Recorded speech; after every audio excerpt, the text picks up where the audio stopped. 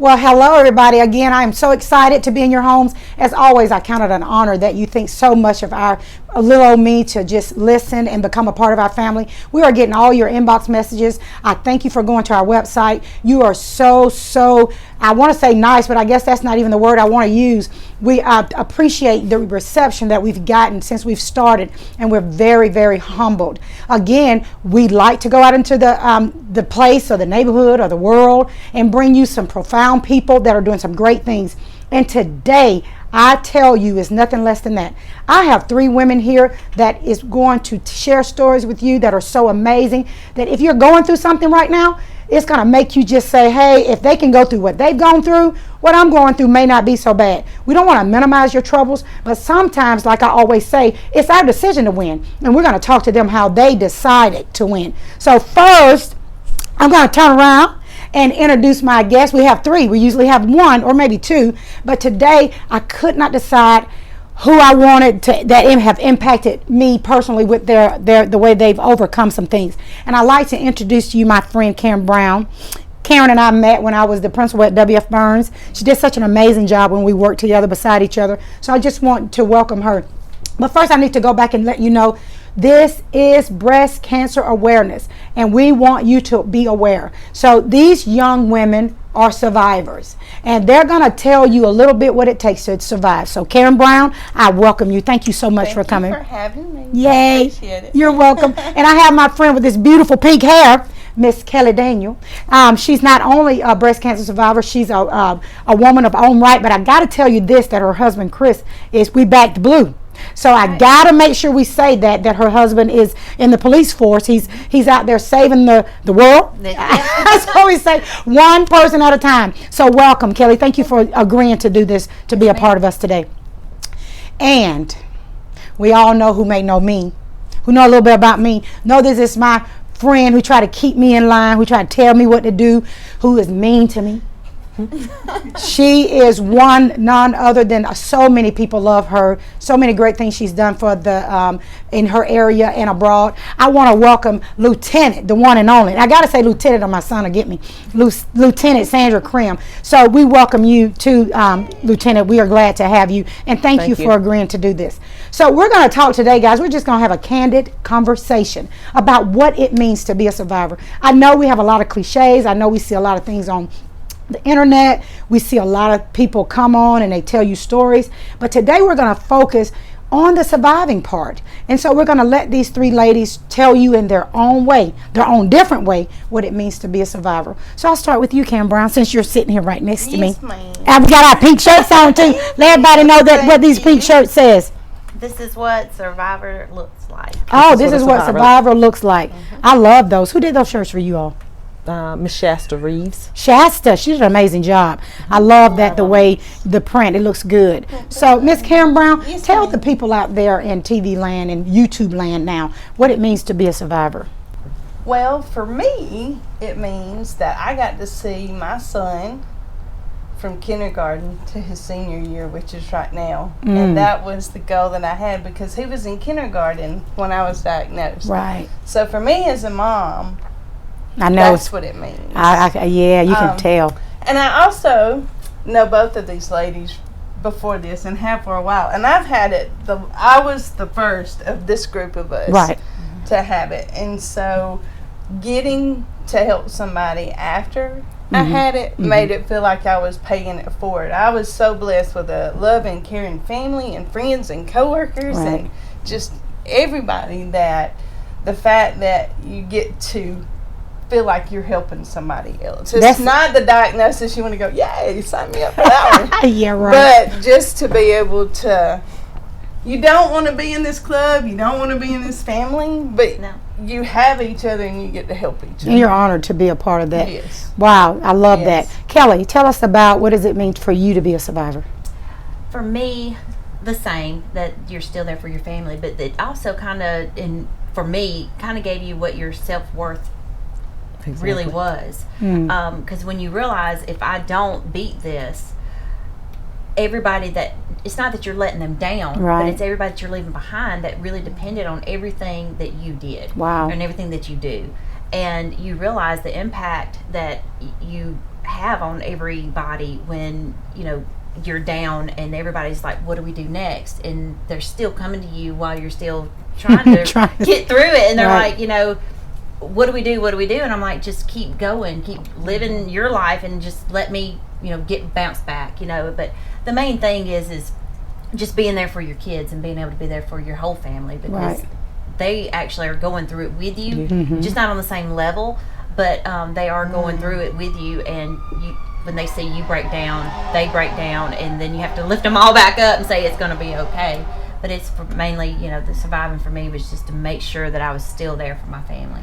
Lieutenant, what does it mean for you to be a survivor? Well, I have to agree with both of these ladies. It's all about the family and helping others. But being a survivor and this cause, breast cancer, you're always able to help somebody else, because so many others have gone through it since the three of us have gone through it. And because of our roles in the community, in the schools, everything that we do, somebody's watching and they want to know, how did you make it this far? Right. You walk around and you're smiling, you have a smile on your face, y'all are looking well. It's like nothing's ever been wrong with you. But if we can talk to them and explain to them or tell them some things that we did that make us still happy to be here and be survivors. Well, I love what you said. You said people say, and that was the reason I wanted to do this show, because people think it's so easy. They just look at you and say, "Oh, you look so good. You do," and so you were able to. I know, isn't it? That's the craziest thing. And it's really not easy, but God before everything, prayer before everything. Amen. Grace and adversity. Yeah. Yes. Grace and mercy. Because that's what you need. Your family, your friends, they're all there for you, but they're not going through what you're going through. Right. Their body is not feeling what your body is feeling. Absolutely. They're looking at you. Can I help you? What can I do? And sometimes it's not the same for everybody. No. So you can't judge that either. Like what affected me or what. There's just so many variables in there. So you got to do it your way or whatever your way. And there's not a wrong way. No. Or 100% right way. I mean, it's your way. It's whatever. It's trial and error. You do. But you got to be honest with yourself and your family and your doctors and your friends. Everybody. So that you actually can heal. I love what she said, that it's a lot, grace and adversity, grace and mercy. But you were able to see my play out in a book. I was able to put my words down. And again, the reason why I'm here is because, and I don't think people mean or intend to do this, but I've had a person say to me, "Oh, it's been 10 years, so I know you good now." And I want to say, are you serious? The more the time goes, the more Satan tries to use fear to creep back in your mind. Mine is not breast cancer. Mine is arthritis, or what's going to happen to my bones, or when I'll have to go have another surgery, or just as time progresses, your body is just only built to do certain things. And so when it's out of sync and something happens to it, there's something else you have to do to adjust. So let's talk about some of the adjustments. But first I got to go back and talk about your children. Your baby, a kindergartner. I was able to be his principal. Fantastic kid. He's a kindergartner. Who was with you when you got your diagnosis, Cameron? My husband. Right. And I have a tendency to laugh as a coping mechanism that may not be appropriate to the time for people looking on. And that was the thing, is in my mind I really didn't think I had cancer. I really did not. I wasn't expecting that as my diagnosis, and I just thought it was something we'd get out and whatever. But it was. And the guy said it, and I remember the surgeon told me my diagnosis after a biopsy, and in my mind, I remember going, okay, stress can be coped with laughing and crying, laughing and crying, and I just started laughing. But it wasn't because I thought it was funny. All it was like, I gotta walk through all these people in this lobby. Wow. So if I can just calm myself a second, And so I got out there and we got in the car. My husband said, they are going to think you are off your rocker. You're about to do a psychological evaluation because you're sitting in there laughing. But I wasn't laughing and it wasn't funny, but I just had to kind of catch myself. You had to realize what you had just heard. Like, you had to embrace. So, for you, who was with you when you had your diagnosis? My husband and my mother. Okay. And it's kind of like Karen. I mean, you're sitting there and I already knew. I just knew it in my heart that that's what I had. And when the doctor looked at me and said, oh my gosh, I'm hating that I'm having to tell you this. Because I was only 30 when I was diagnosed. Wow. And when she sat down, she said, this is something I shouldn't be telling a 30-year-old, but you have cancer. And my mother and my husband both broke down crying, and I'm sitting there on the edge of my seat going, okay, then what's next? What do we got to do? What do we do? And, and it never registered fully in my mind that this was serious. I knew it was serious, but it didn't, my brain wasn't communicating to my whole self of, hey, this is some serious business. And I'm just like, what's next? What's next? What's next? But before I move on to Lieutenant Krim, because I do know how hers went down because we've talked about it extensively. And she has her own weird way, and I'll let her share it her way to the people. But I love what you just said. I just had to realize, what now? So while your family's having fear, you're doing what women do. We're trying to fix it immediately. We're trying to. So you're not crazy out there if you just gotta get tested, and if you got some type of diagnosis and you're wanting to fix it immediately, or like I'm getting ready to let my friend share with you the craziest thing she did. When just crazy, but it was her way. But that's what women do, isn't it? Don't we try to protect everybody else? So Lieutenant Krim, tell us who was with you and tell us what's the first thing you did once you got it. I went to the doctor by myself, and that was by choice. Not because family wouldn't go. I didn't want them there. Right. I wanted to go by myself for that reason alone. Kelly just shared that her husband and her mom had a breakdown. Right. Well, I didn't want that to happen because I just felt in my heart, I already knew what my diagnosis would be. And I felt like if I go by myself, I can handle it in the way that, let me handle it by myself first. Ain't we something else as women? And I went in by myself and he gave me the diagnosis, and I just kind of sat there and looked at him, no tears. Really, I think I was numb. Right. But once I got my diagnosis, I walked out of the doctor's office like he had told me nothing. But the next place I went to was Red Lobster and ate all I could hold by myself. But I did that so I could kind of process what I had been told, how I was going to handle it, how I was going to tell my mom and my children and the rest of my family. And, that's simply because I'm not the type person that put my whole life story on Facebook. Right.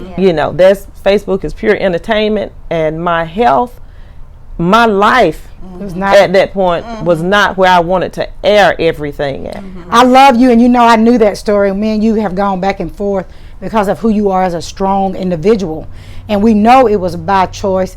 And I just happened to get hit by a car, and somebody had to come get me, so I guess I ain't had no choice but to go be with folk.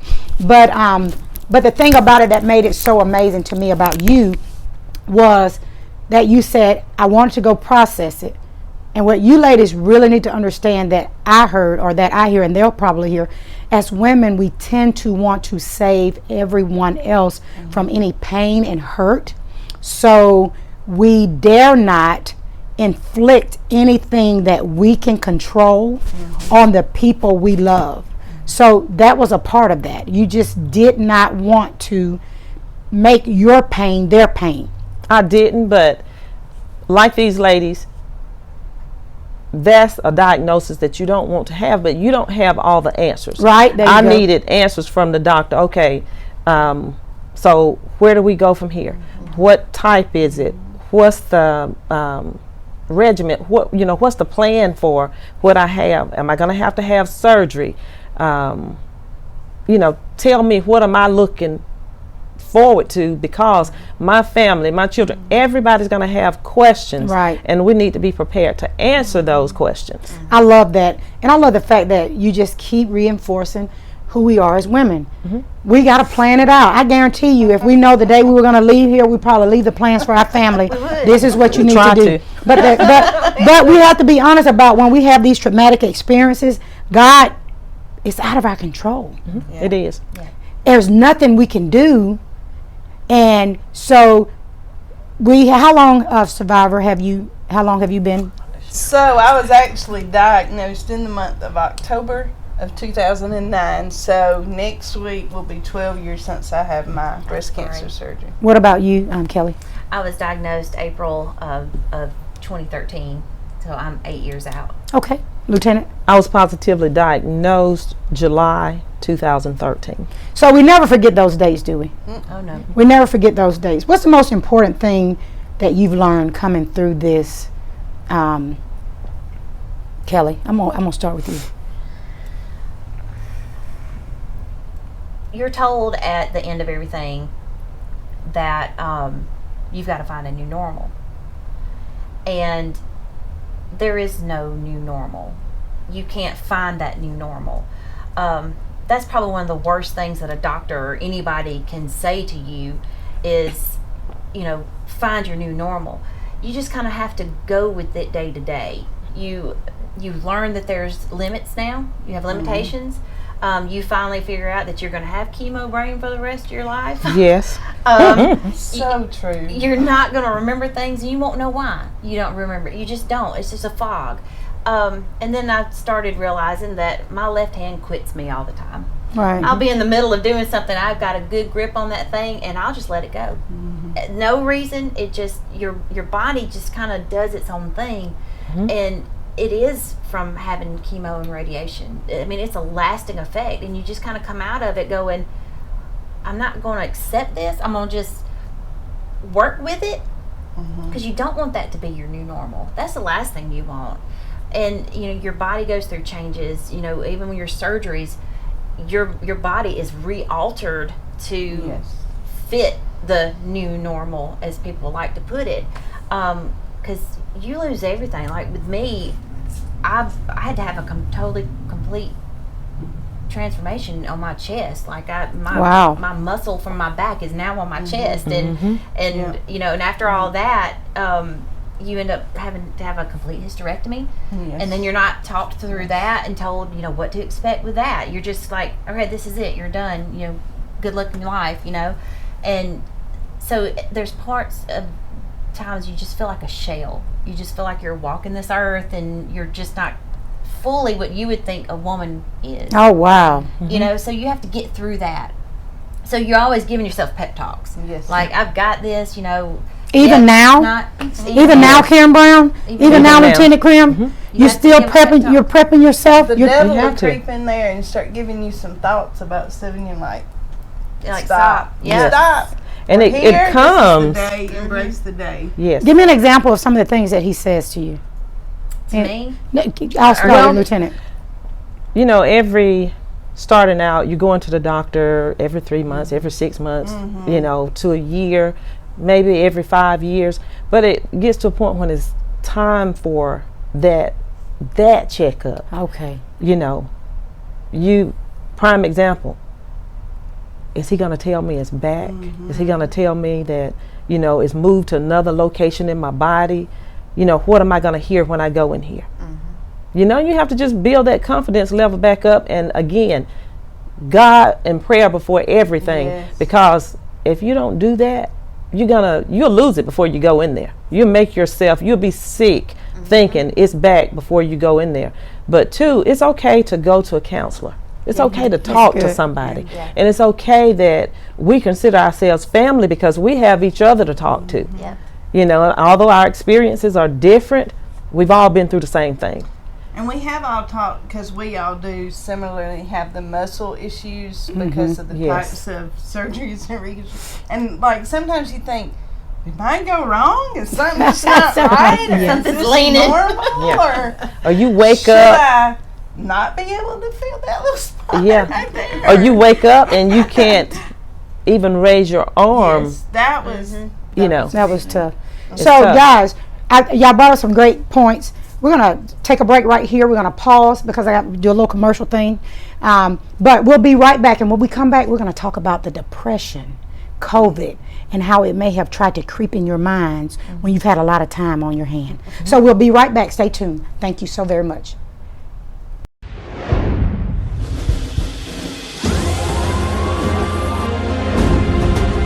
Multiple fractures, what we refer to as segmental fractures, could have led to requiring an amputation.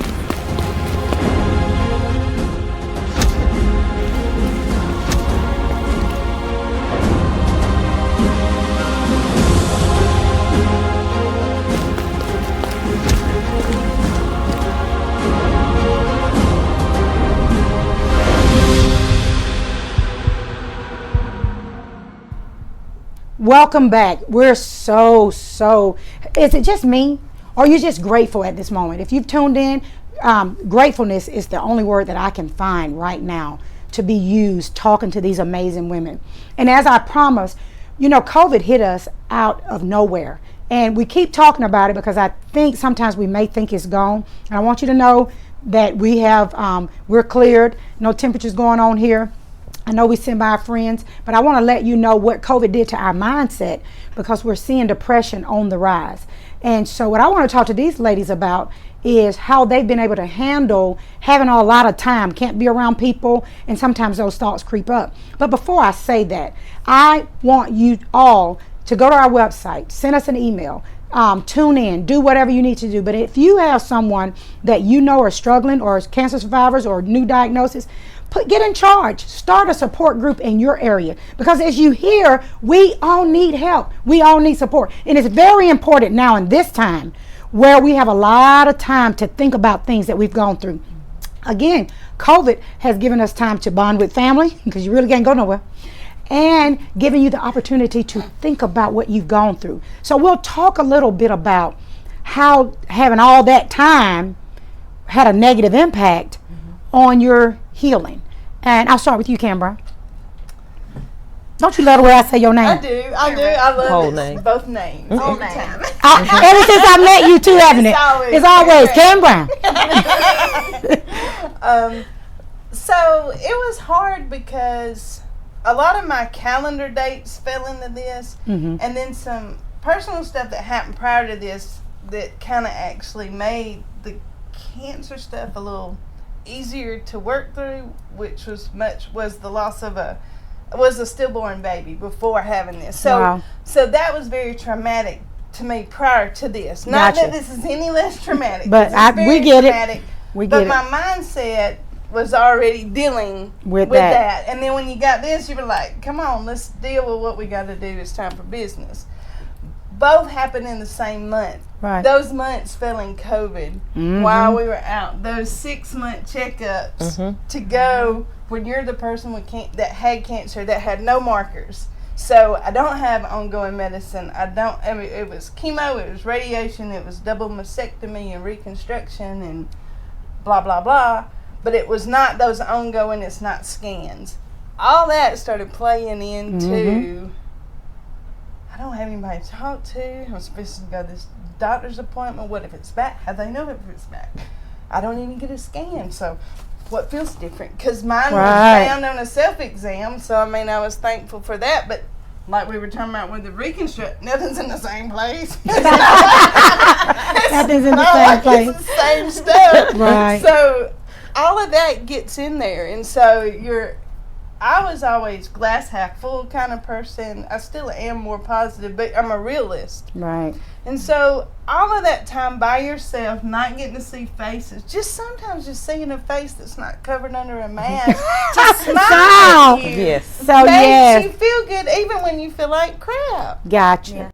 I have a surprise that's going to come when we come back. We have a surprise. We're going to let someone in our audience who didn't realize that I was going to call them up. I was just going to ask them their opinion about what you all have shared with us today. Any lasting words? Any lasting sentence you want to tell the people? I do. These two ladies right here, I just want to say real quick, I really appreciate y'all, especially back when I was diagnosed and my boys were at Fairfax Elementary School with Karen and Sandra here.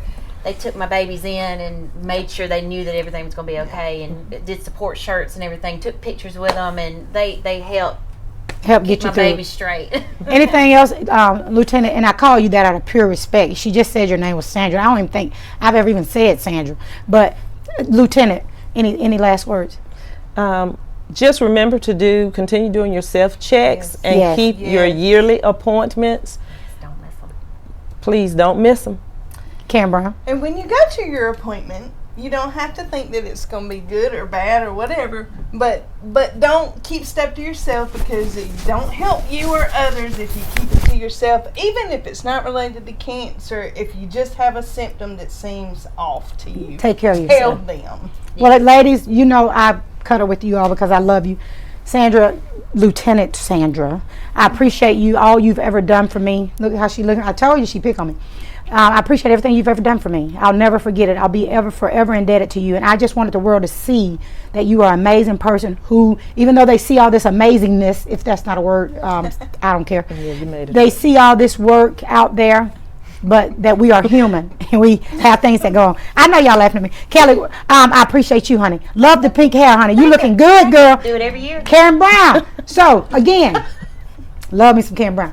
I appreciate you watching. You won't find another amazing group like this anywhere you look. I am so grateful. I'm so honored. Get your self-checks. Make sure you make your appointment.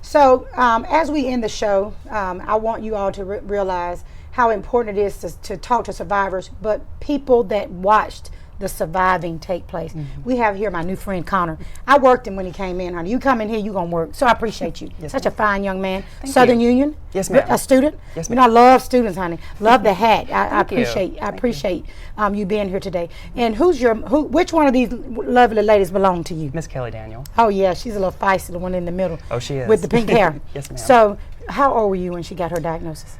Let's see. I remember I was in the 5th grade. Wow. So I don't really remember how old I was, but I just remember I was really young, and I didn't really understand at the time what it meant that my mom was diagnosed with cancer.